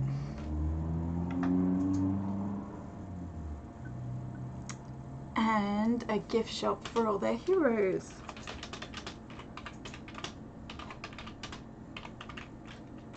Because the council, they also create heroes of the world. Kind of like a title, but it's a title that is to be recognized by each of the races. So it's like a non-racial title that says that effectively they're doing council work, but also you can count on them for general hero stuff.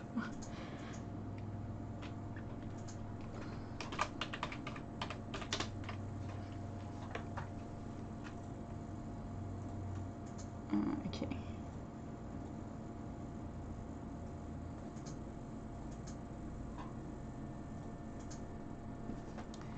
So random doors, actually, there's not much else in it. And what's there? Oh, it's not there. There's nothing there.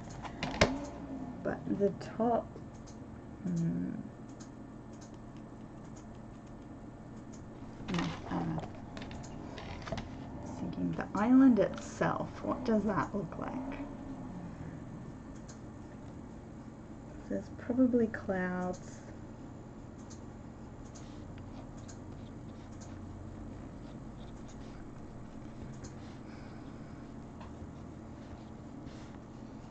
Less so for the weather, probably more just fancy. They like it. The elevator's probably not that big. Maybe. I don't know.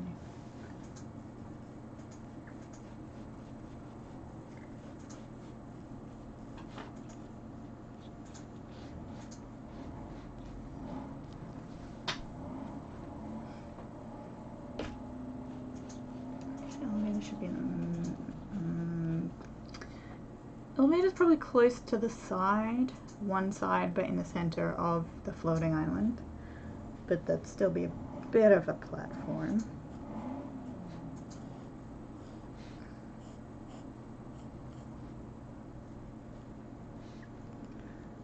And then doors open up. Maybe some little stairs. Why would you have stairs?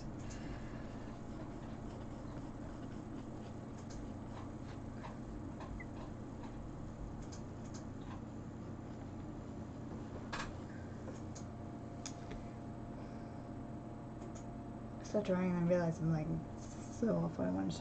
The doors are probably actually on the other side of that, if behind is like the council area. This is just very much a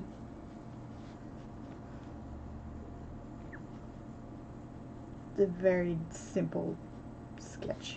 These are trying to be stairs. Drawer stairs. Kind of like that. Because then that would be the big sort of, yeah, kind of like your pillars. There'd be a bit of a roofing, and you'd have your big sort of entryways. Maybe a couple little doors for whatever reason.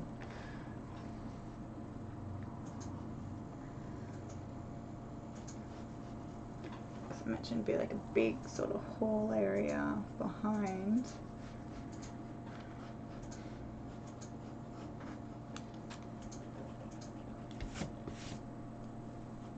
The roof itself probably,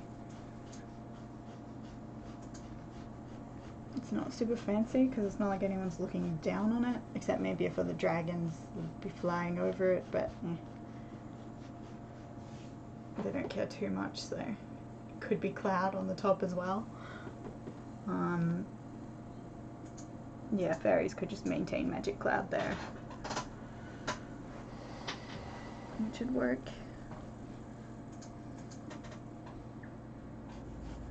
Like small areas, a little bit off.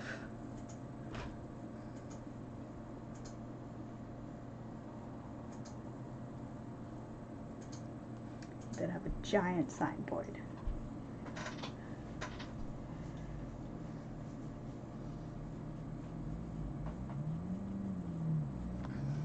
Yep, cool.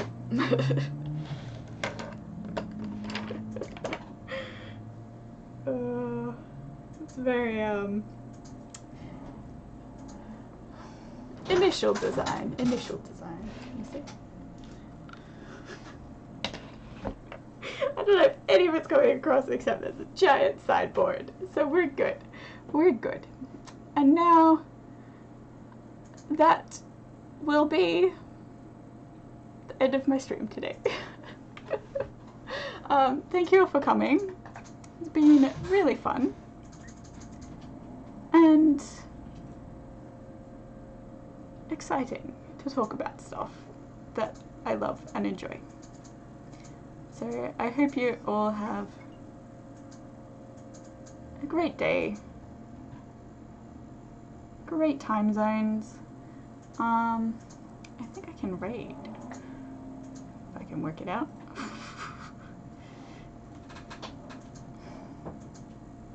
Thank you, Sable, Siobhan. It's been exciting.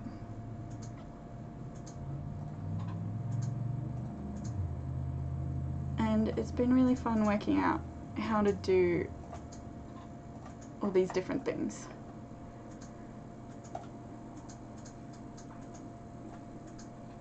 Oh, sorry.